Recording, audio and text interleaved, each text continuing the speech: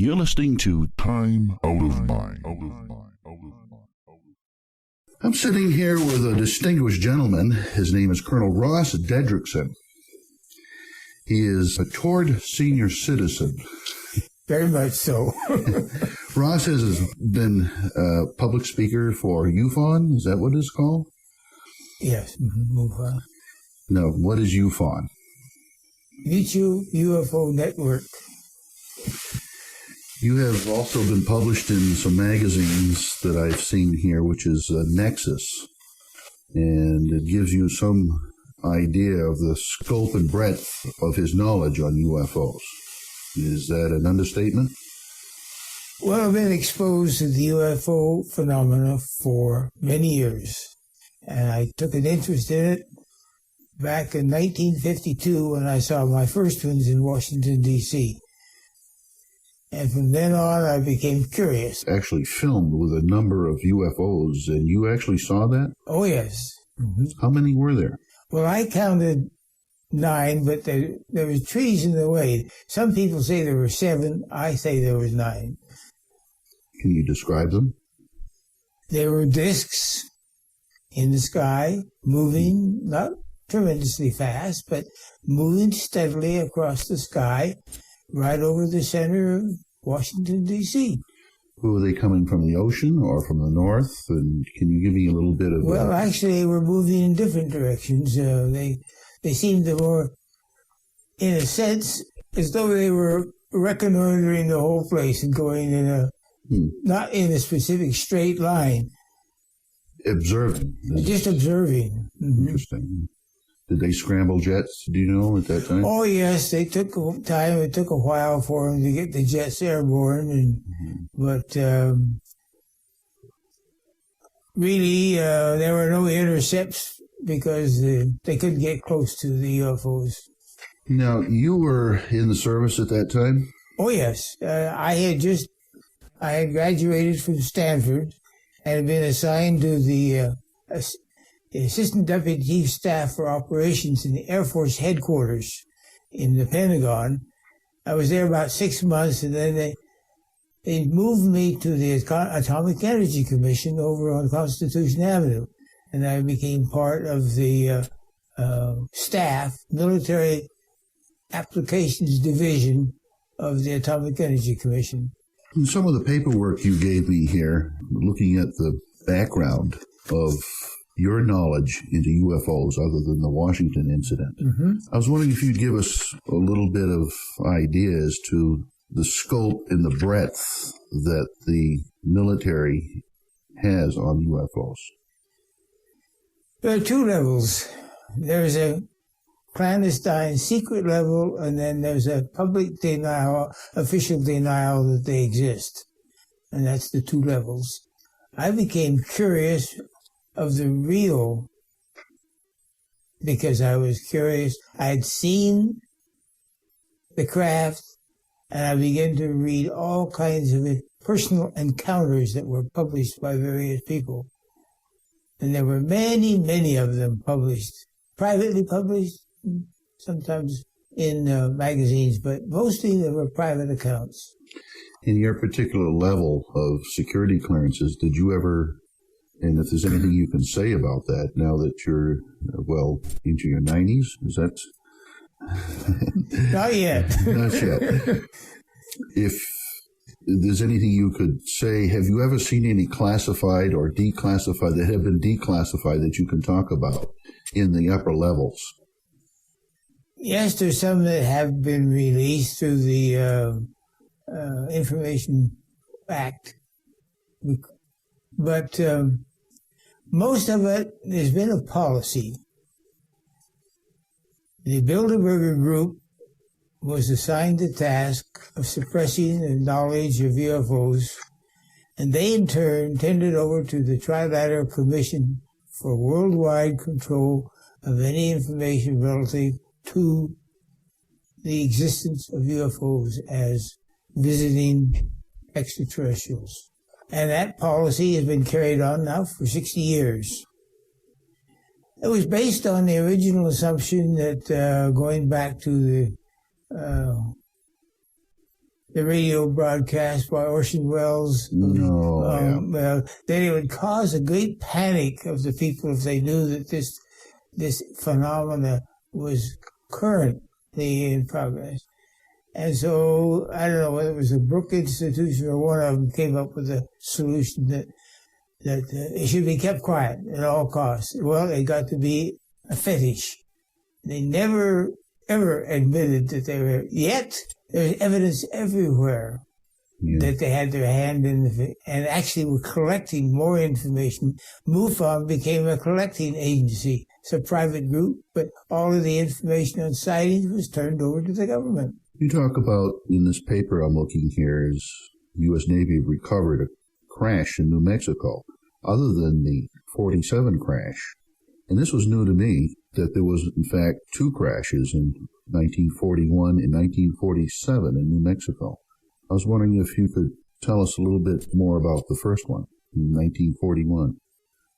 Well, there was one that crashed off the seacoast of San Diego, and they recovered that. And, of course, that was not the very first one, because the very first one that we finally wound up having was the one the Germans had captured or had recovered back in 1939 and put it in a salt mine under Munich and kept it. And then the Russians knew about it, we knew about it, but we beat the Russians to the possession of it. So there's been a long history of recovery. There's been lost track. There must have been a couple of dozen crashes over the years.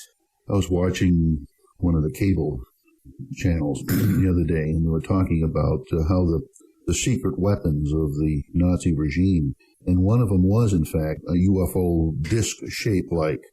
And I often wondered where or why they would try to experiment with something like that if they had not had the hard, real thing themselves. Well, they did capture this one, which I had written about.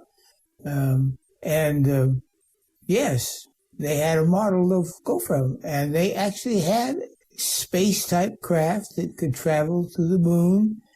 And right after World War II, many of the so-called disc craft went to Brazil and set up a colony there. I was wondering if you can elaborate on that. You said that there was a colony, and I noticed that in some of these documents, they went to various places. Were they actually being monitored, or how were the established governments that are keeping this secret, which is apparently what Great Britain, the United States, Canada, and up to recently Russia, but the rest of the free world, like Mexico and other China, have an open policy towards disclosing and cooperating with information from the government sector to the private investigators? Indeed, they do. In fact, I joined the International UFO Congress back in 91. That was their first meeting they had.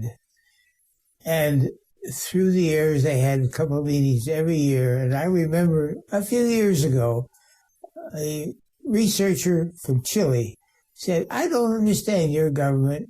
He said, they keep hiding this stuff. He says, "We in Chile, we exchange data with the government. We give them our sighting data. They give us their sightings data." He says, "We exchange information." He says, "What's wrong with your government?" Yeah.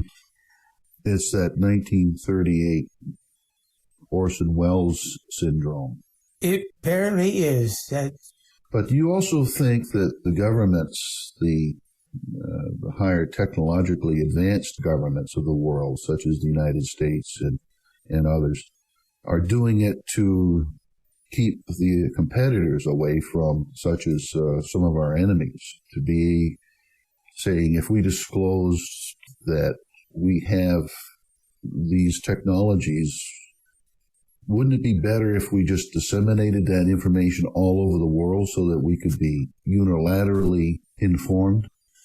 Well, that's a provoking idea, and it's in part, for example, Belgium has admittedly openly recognized that there are such things as craft, probably manned by Star Nation people, extraterrestrials.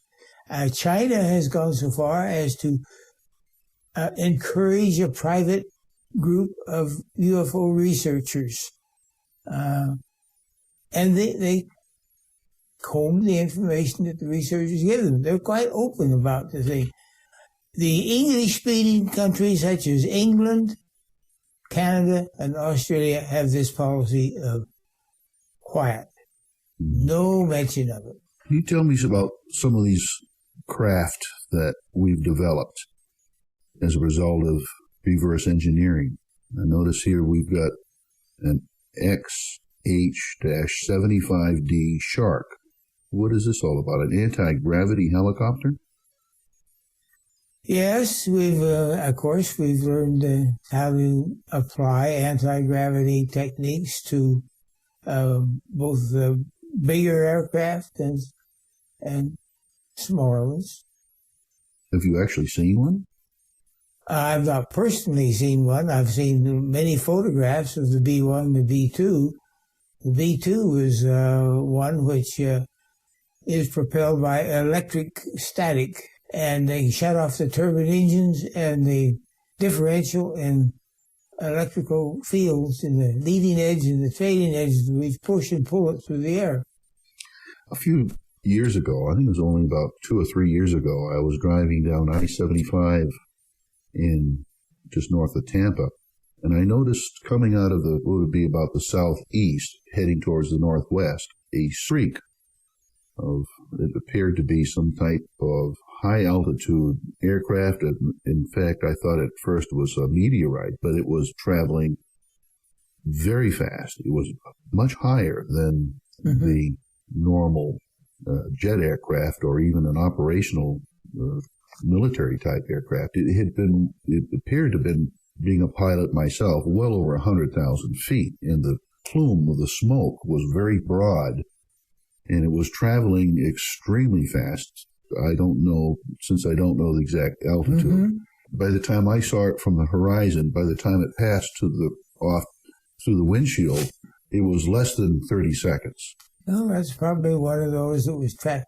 It was either probably a genuine extraterrestrial craft, they prefer to call them Star Nation craft, or it could have been one of the more advanced secret government ones.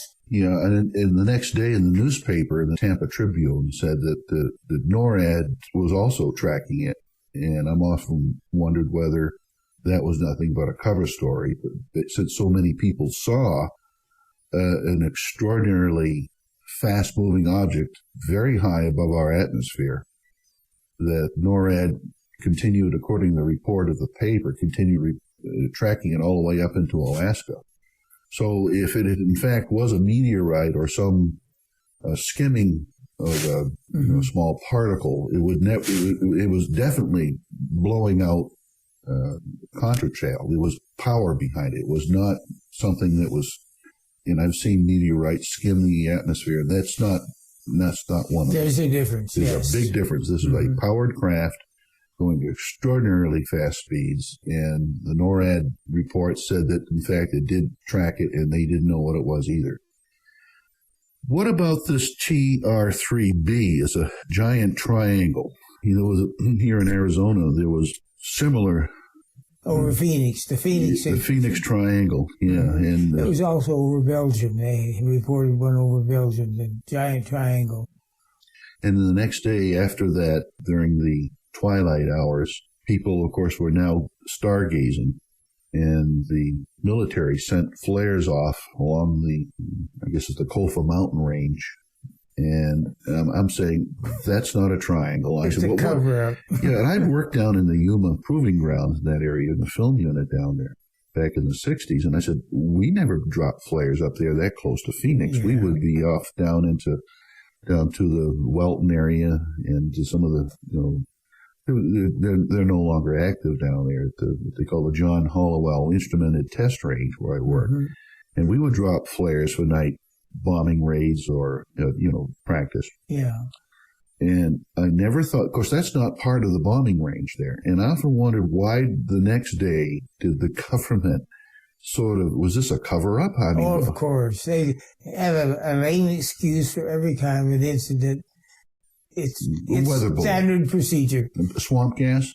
Swamp gas. Yeah, a triangularly shaped swamp gas traveling from I guess it passed right over here in the northern Arizona area and then all the way down into the Mexican. You know, Dr. Heineck actually retracted that thing on stop gas. I heard a lecture by him later, and he admitted that was just a catch as catch can phrase that he thought up at the moment, and he was embarrassed by it. But nevertheless. So you're saying, though, that this is actually a TR-3B, and that's actually one of our vehicles? It belongs to the secret government we have a secret government that has a whole fleet of craft that are not part of the regular Army, Navy, Air Force.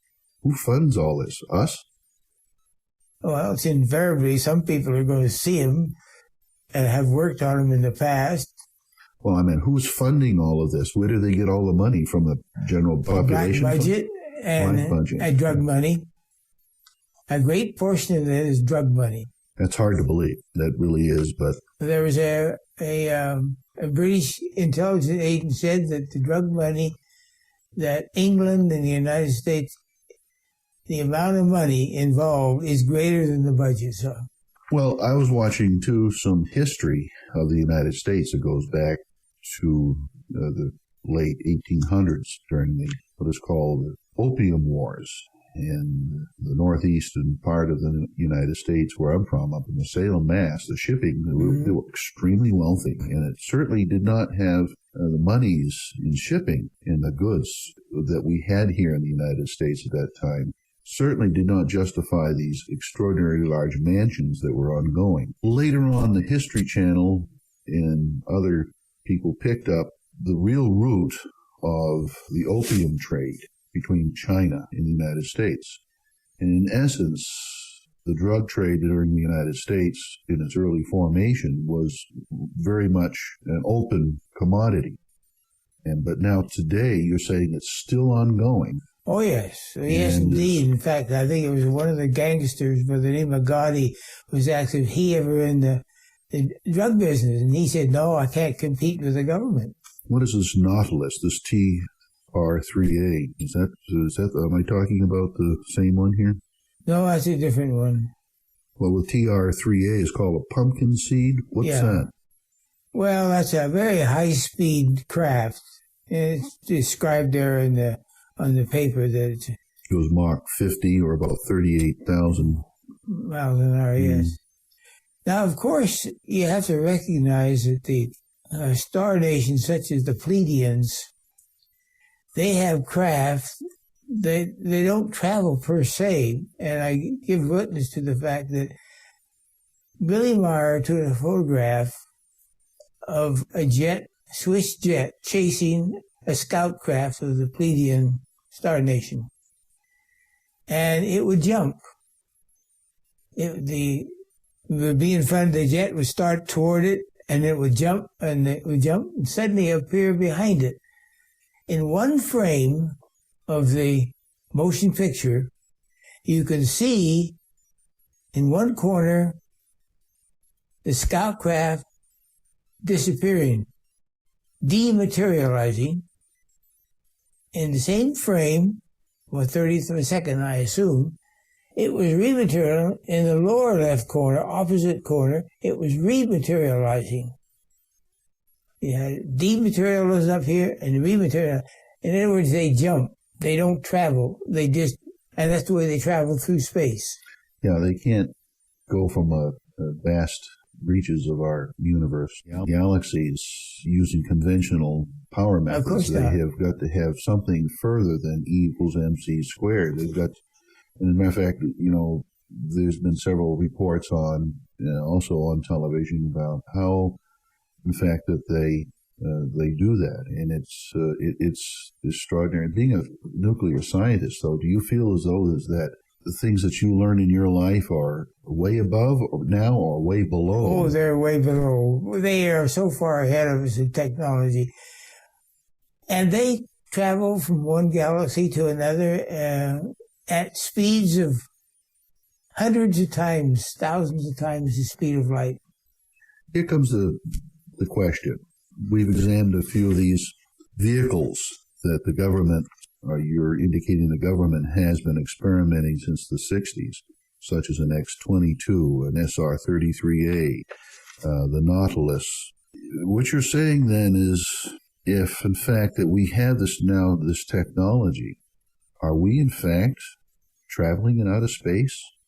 Yes, we are. At the same rate these other extraterrestrials are? It's been reported by reputable sources. We have a base on Mars. It communicates with a base here on the Earth, and we have weekly trips to the moon. And why does the civilian government like NASA, the federally funded National Aeronautics and Space Administration, we're still flying a 20 or 22-year-old antiquated space shuttle? That's right. And everybody is trying to fund that, and at the same time, through this black budget, what did you call that? Black budget. Black budget. We are, in fact, already light years ahead of what we normally think. It doesn't make any sense to me why the government would do that. It's a cover-up, simple cover-up that don't want to admit the truth. And that's why Dr. Greer has spent years trying to build his disclosure group and have witnesses come forward and explain that, yes, the alien exotoxicologies, the star nations, as they call themselves, they prefer to call them star nations, have existed, been on the Earth, going back to ancient times in India. There are accounts in the Vedic literature about crafts that are above the battlefield and showing a beam of light down that are destroying the army of an opposing king or something. And there are accounts of that. And that's happened today. Right here in Sedona, up on the cliffs, up in the Indian dwellings, ancient inhabitants of, ancient is relative, there are petroglyphs. Yes. Mm-hmm. Right here in Arizona, they're down in South America. There are the Cusco lines are still unresolved as far as what they really were for. Why would they portray such large images when nobody could possibly have a perspective of what they meant unless you got up in the air? There are many ancient formations and drawings, and when paper and canvas was found to be practically manufacturable, they also started painting in Europe and Venice. I know Leonardo da Vinci, there was a famous one there with a picture of clearly a UFO right in the background. Mm-hmm. Mm-hmm. That should be true. Well, Tom Dongo, who's a resident of Sedona, wrote a book a few years ago of a personal experience he had maybe 15 years ago, in which he went out to the Secret Canyon, which is north of Sedona, and he went out there to camp out there in his camper, and he witnessed a giant UFO about a mile across, and it was shooting beams of something or other to the ground below, where there was a government, maybe secret government installation, and there was a battle going on. And he personally watched this affair. Number of people actually witnessed. That was, a few months ago, wasn't it? Yeah. No, that was a number of years ago. Yeah. There was one recently here in northern Arizona where some lights would materialize up through the Monkey-Own Rim, and never heard any reports about it. But my neighbors definitely just sort of think, "Wow, we don't know what that was. It was not an aircraft. It would move at great distance along the rim and then disappear." I mean, we're sitting right here just a few months ago. Oh yes, they have the ability to change their vibrational rate and enter the side of a mountain. Some of the worldwide Meyer video. Let's talk about that, and we'll get away from. Well, we've talked a little bit about the Arizona Triangle, which you're saying now that in fact is one of our craft, and the fact that the day after that was discovered, and publicly people were kind of panicking.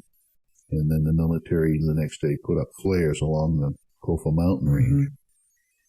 Very suspicious. And as you said, that is definitely just a way of them to saying, well, it was just us, and just relax. And, in a way, I can appreciate that, them doing that. I don't like them lying to us.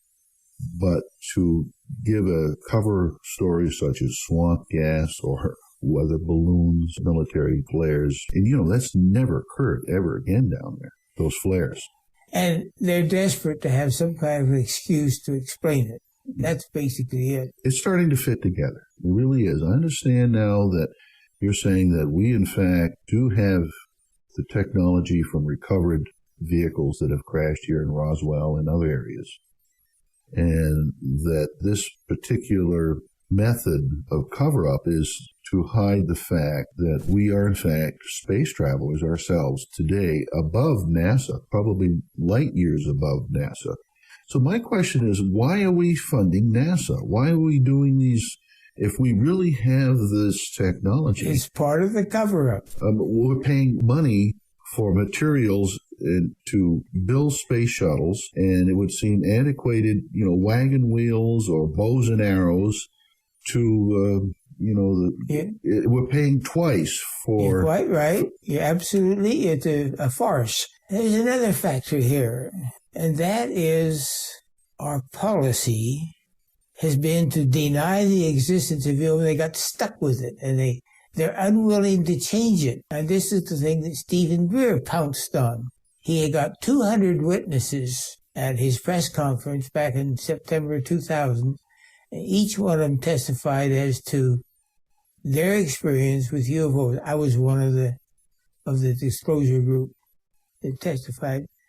And yet, it goes right over the heads of the people. They say, well, the government, there's a system that you tell a lie often enough and the people will believe the lie. I had a little thing in there. Why people believe what they believe? And it's true. It's true that people believe that which they hear most.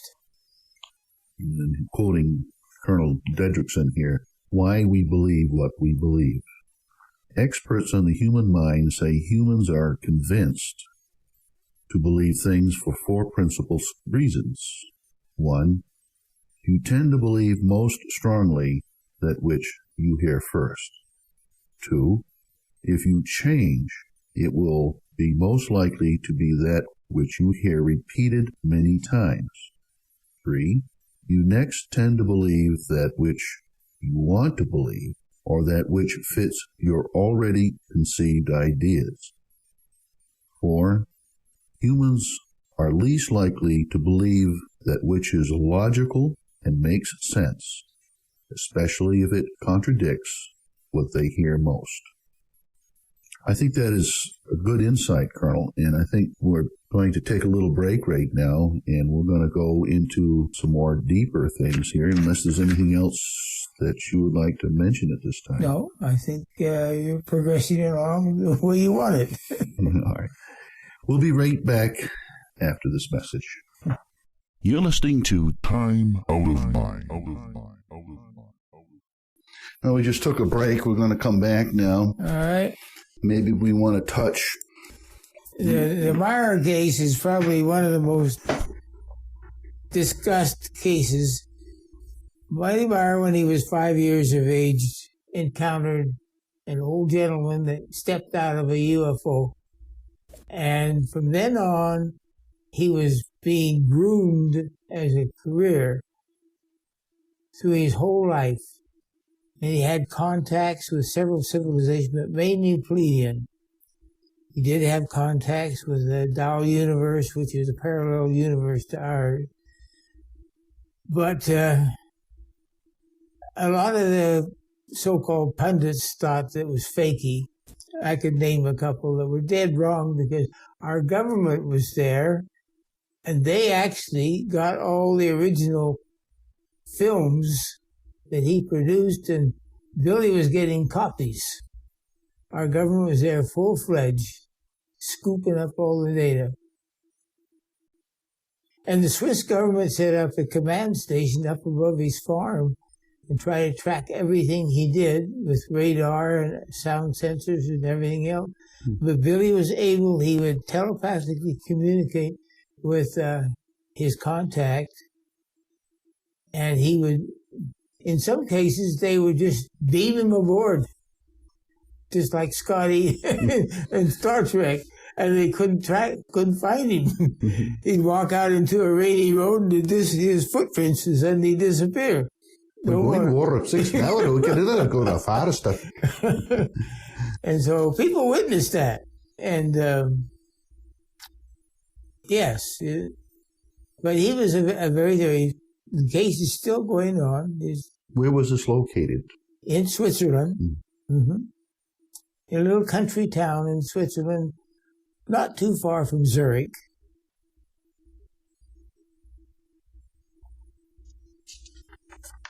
But there have been a number of interesting cases.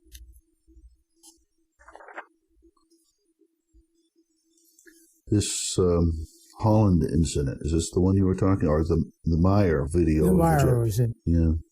The Holland case, that was an interesting, the Iargian. They're from a planet. It was a water planet, but had a lot heavier, stronger gravity than we have on Earth.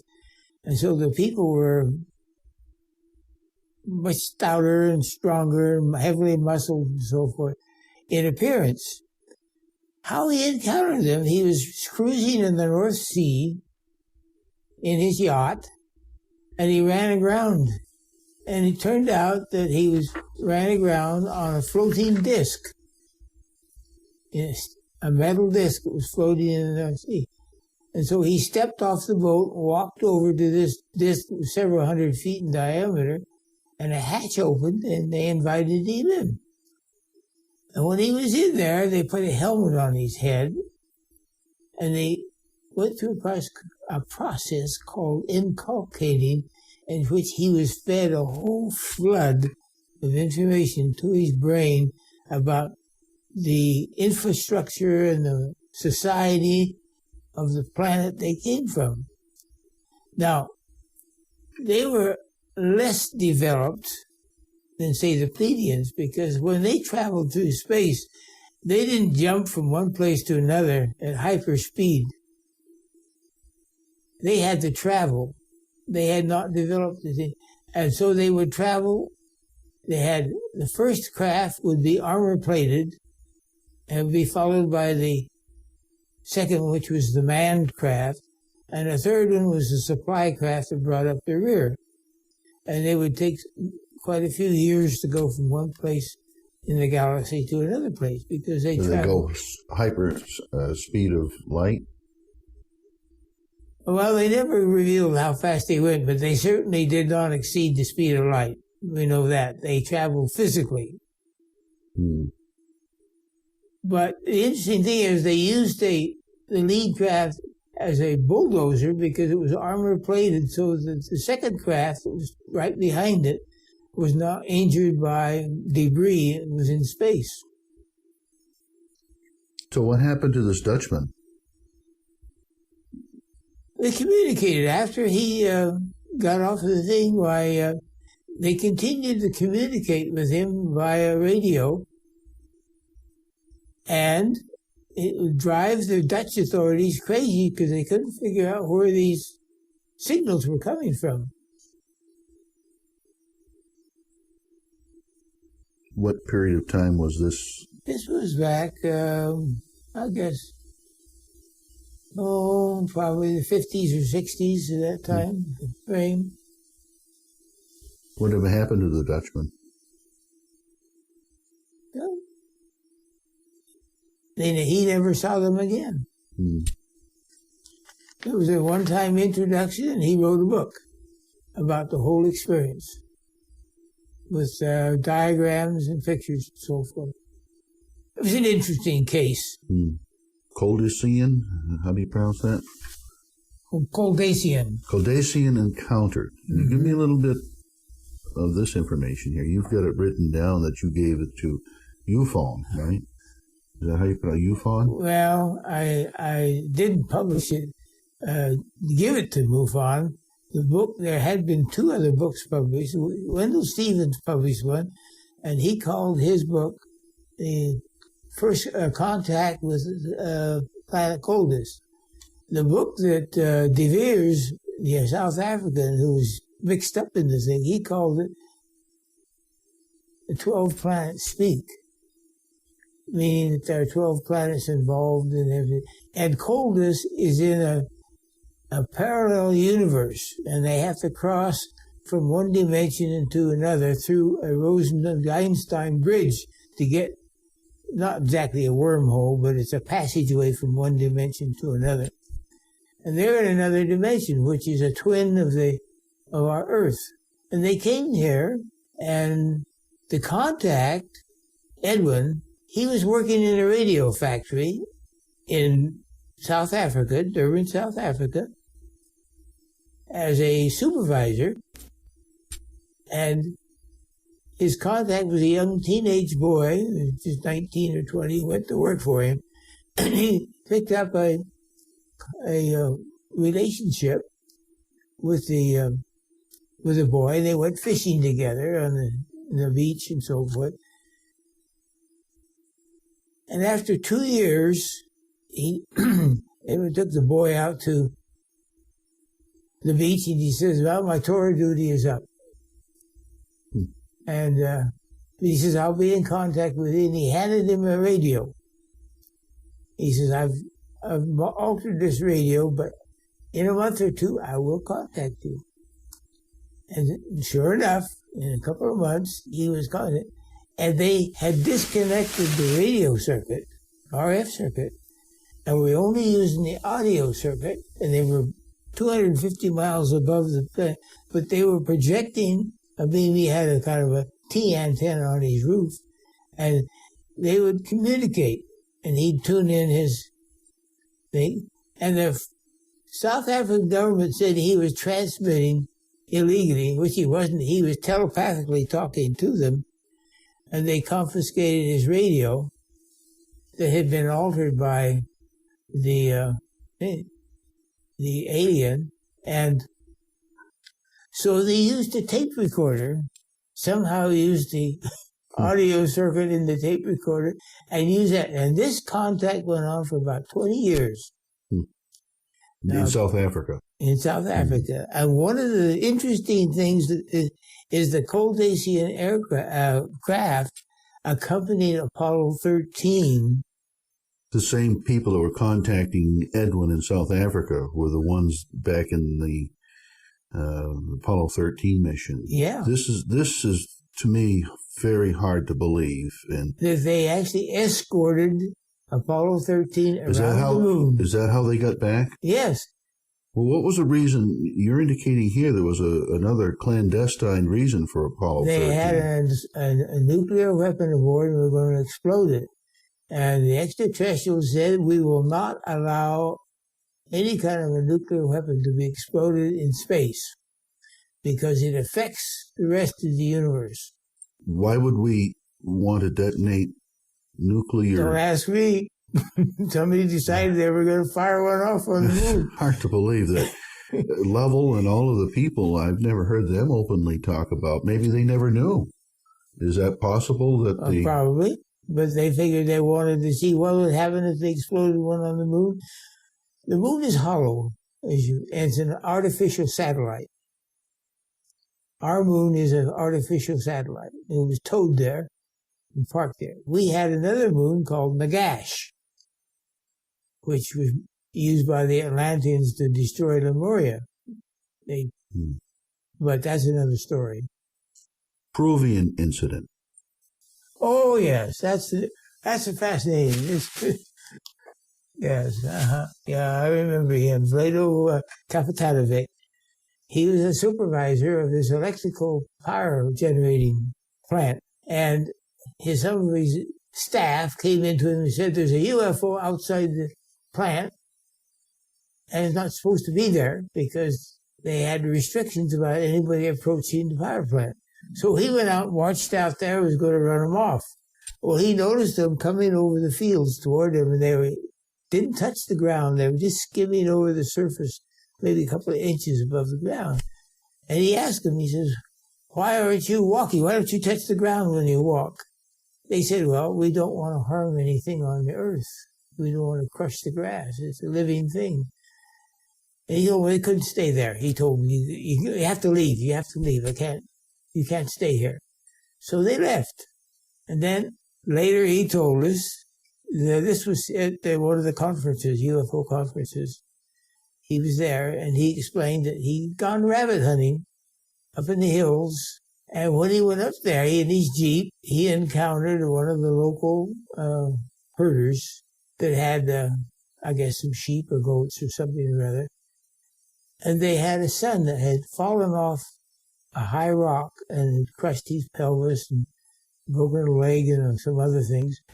And so he later offered to rush the boy in his Jeep to a hospital. And they said, oh, no, the gods are coming. And that raised his curiosity. So he waited, and just in a little while, a spacecraft landed, the same one that had landed down by the power plant, and a hatch opened, and a couple of humanoid creatures walked out, picked up the boy, carried him inside the craft, and about 15 minutes later, the little boy came running down the ramp up to his mother. And so Vado asked the aliens, what on earth did you do with that child to cure him? And so they invited him inside the craft before they said it. And they said, he said, we barely dematerialized him and rematerialized him in his original form. Fascinating. And then they showed him a television type screen of his own boyhood. They had gone back in time and showed and then they went ahead in time and they said, this is what's going to happen to your hometown, the town of Yongay. And 2 years in the future, a giant flood swept the town away. That was at the base of a volcano that got hot, and all the mud and stuff came rushing down through the valley, and the center of the town was wiped out. He was so terrified that he went to the town and talked to the city fathers, and they told him that he was crazy. He could go see a psychiatrist because the dream he had no bearing on the truth, and that it wasn't going to happen. They weren't going to move the center of town under any circumstance. So he had to leave. And sure enough, 2 years later, the volcano erupted, and the mud and water wiped out the town, just like it was on the screen. They had gone ahead in time. Do you think the famous prophet Nostradamus had some contact or similar things that this proving guy did? I don't know. I don't think he had any technical assistance. He used to stare at a bowl full of water or a mirror.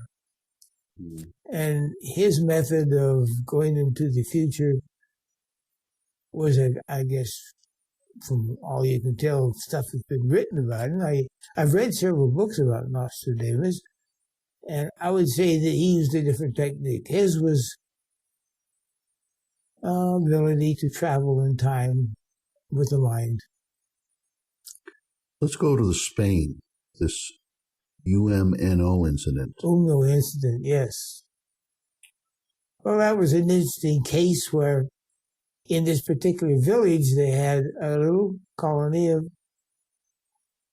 of people that lived in this house. They were humanoid looking, but they were observed at times to be float in the house. They didn't walk. They just kind of seemed to float from one room to another. And they became curious. And in the town, there were unexplained healings that occurred.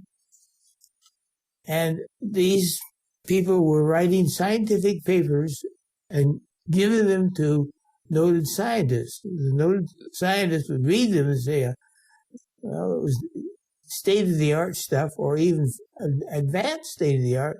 And some of what they dismissed as though being impossible, but it turned out that they were right. Well, eventually, some of the townspeople got irritated because more attention was being paid to these visitors, and so the visitors moved away. Well, shortly thereafter, the U.S. submarine skipjack was going to give a demonstration of firing a missile off the coast of Florida. It was reported by this Walter Cronkite.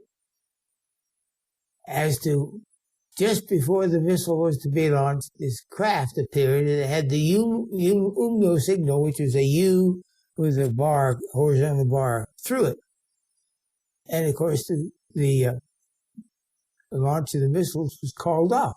And so Walter Cronkite very frequently shortly thereafter was told by the government to retract his statement and say nothing about that. And so Walter Cronkite had to backpedal and explain it was a rumor and not a real happening. I remember seeing that broadcast. It's an absolute fact. The Bryce Bond E.T. crop circle incident. Oh, yeah. Bryce Bond was a radio personality. He's also a psychic. His own radio show and so forth. And he went to England because he was curious about crop circles.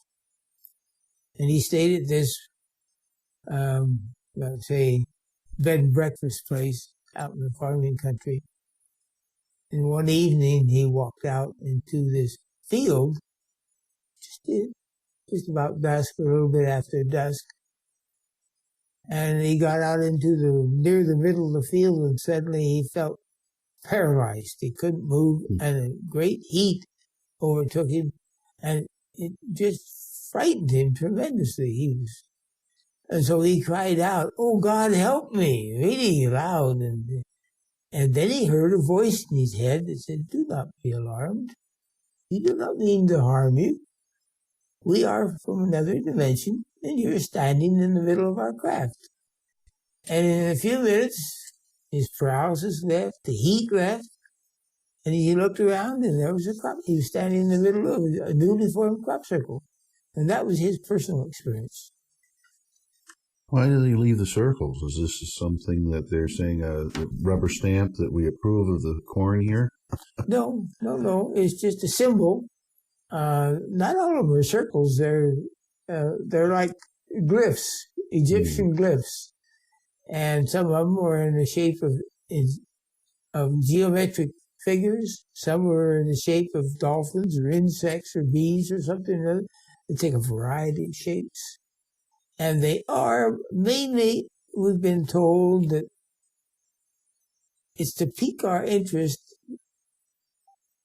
and to demonstrate that there are other intelligent beings. Some of the researchers that have been looking into the crop circles and papers that I've seen on it, where the actual knee of the bending is not done, in other words, by human method. In other words, when you lay over a piece of grass or wheat where the knuckle is, they're exploded.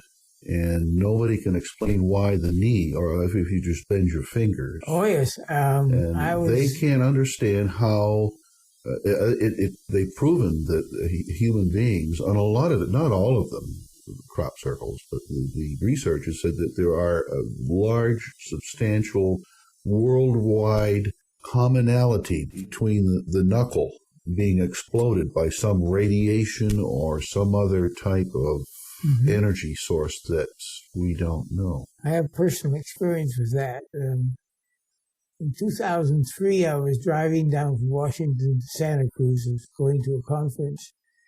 And for some reason or other, I detoured. We got to a place just west of Travis Air Force Base. I went about a mile off the road, and my wife said, "Well, you're going down direction. Our motel's in the other direction." I said, "No, I want to go up here for..." And then I looked out in the field, and there was a brand new crop circle. It was full of people, television, cameras, and so forth. So we walked out there. And my wife was very sensitive to earth energies. And I'm a dowser. And I got the tools. I could trace where the energy rays were. And this, I had to demonstrate to the television people that the difference between a fake one and a real one is if these stems at the ground level were bent at a 90-degree angle, it's kind of like a microwave heating, and you can take an ordinary stalk off the side there and you try to bend it and it snaps. But these had been heated in such a way that they retain their shape after being bending without breaking. You might say it temporarily fused them into a new configuration. Mm. And that is the key that they use to tell whether or not it's genuine crop formation, because there's no way humans can reproduce that. We were talking a few months ago when I first met you about the cattle mutilations. Mm-hmm. Who's doing that? Well, that's a good one. I listened to a guy a couple of weeks ago who spent a lifetime researching the San Luis Valley cattle mutilations. And in his mind, it's a combination that it includes both local humans, our government, and in some cases, maybe, rarely, extraterrestrials of the gray type, which use the genital material they capture from the carcasses as in their experiments. Let's go back to England. Solsbury Hill incident. Crop circles. He climbed to the top of Solsbury Hill, an ancient artifact in the middle of a known crop circle activity. What's this all about? Yeah, that was an interesting these crappies, they call them, the researchers for crop circles are called crappies. And this one particular night, they'd stayed up until nearly midnight. And some of them, it was a cold, drizzly night, so some of them said, well, we can't stay this any longer, we're going home. But 3 of them decided to stay for another little longer. They said, well, there's lots more UFO activity after midnight than before, so we'll hang around and see if there's any more UFO activity. And these are lights, they'd see lights traveling over, discs traveling through the sky over the fields. Well, in this particular case, they noticed after a half hour or so, they noticed 3 spheres of light, orbs, traveling down the road. One of them took his flashlight and flashed it at him. And they came floating up to the top of Solsbury Hill, which is several hundred feet high, where they were standing. And then these orbs turned into a configuration like a tetrahedron. And inside each one of those was a little humanoid. And then a car came along the road making a lot of noise, and they disappeared into an orb again and floated down across the field. But they were orbs that transitioned into a humanoid figure. That was a surprising thing for him. And that was basically the Stephen Greer incident. He had the same affair where one came floating through the window and stopped in front of the fireplace, and the next thing he knew, there was a little humanoid standing there looking at him. And then it disappeared after a few seconds, 5-10 seconds, it disappeared. Couldn't have been ball lightning, because if it had been ball lightning, it would have burnt the glass. Oh, sure. I've seen ball lightning out in Socorro, New Mexico, when we were doing research with at the Langmuir Observatory and lightning. And we actually did generate lightning through ball lightning through a special apparatus that Dr. Vonnegut and I were working on. And we actually duplicated what we found in farmhouses all over the world. Mm-hmm. It's just a big hole about the size of a silver dollar, and the size is always pretty much consistent. And it's like a laser beam, meaning the farmers would say they'd be out on the prairie, and they actually saw it. It just flew right through the house, didn't stop. But it would always go through a glass window, not a wall, mainly because the electrostatics can be transmitted through the glass apparatus, being an insulator. But the hole is always about, within a few millimeters, the same size. And it's perfectly round, and it's all burnt. It's just like somebody would, you can't duplicate that other than what we did in the Langmuir Observatory. Just melted the glass or disposed of it. So this materialization didn't burn any glass. Oh, no. Yeah. No. And those orbs can pass through walls, ceilings, and so forth. Terry Walters incident. Terry, as a young boy, had visitors that were dressed in robes and walked through the walls, as you were talking about earlier here, during nightly visits to his English home. Can you tell me about this incident? Well, he injured his back, and he went to the hospital to see if they could do some surgery on him or do whatever to treat it. And they said, well, it'll take several weeks before we can get you scheduled for surgery or for treatment. And he couldn't wait. He was in such pain. So, in essence, he contacted the people that came and visited him at night, and they took him aboard a craft, and a reptilian performed surgery on him and apparently fixed the problem. And he never bothered to go to the hospital. And later, he injured himself cleaning his IE swimming pool, I think it was. And he had to go to the hospital. And when they examined him, they said, who did the work on you? Earlier surgery. They couldn't believe it, because that kind of operation had never been performed by doctors before. Well, I think it was one of the crop circle researchers got a hold of the X-rays and sent them to the United States for analysis. I think I have his name there. He's a well-known operator. And they said that when the X-rays were examined by doctors in the United States, they said that such an operation was not known like that before.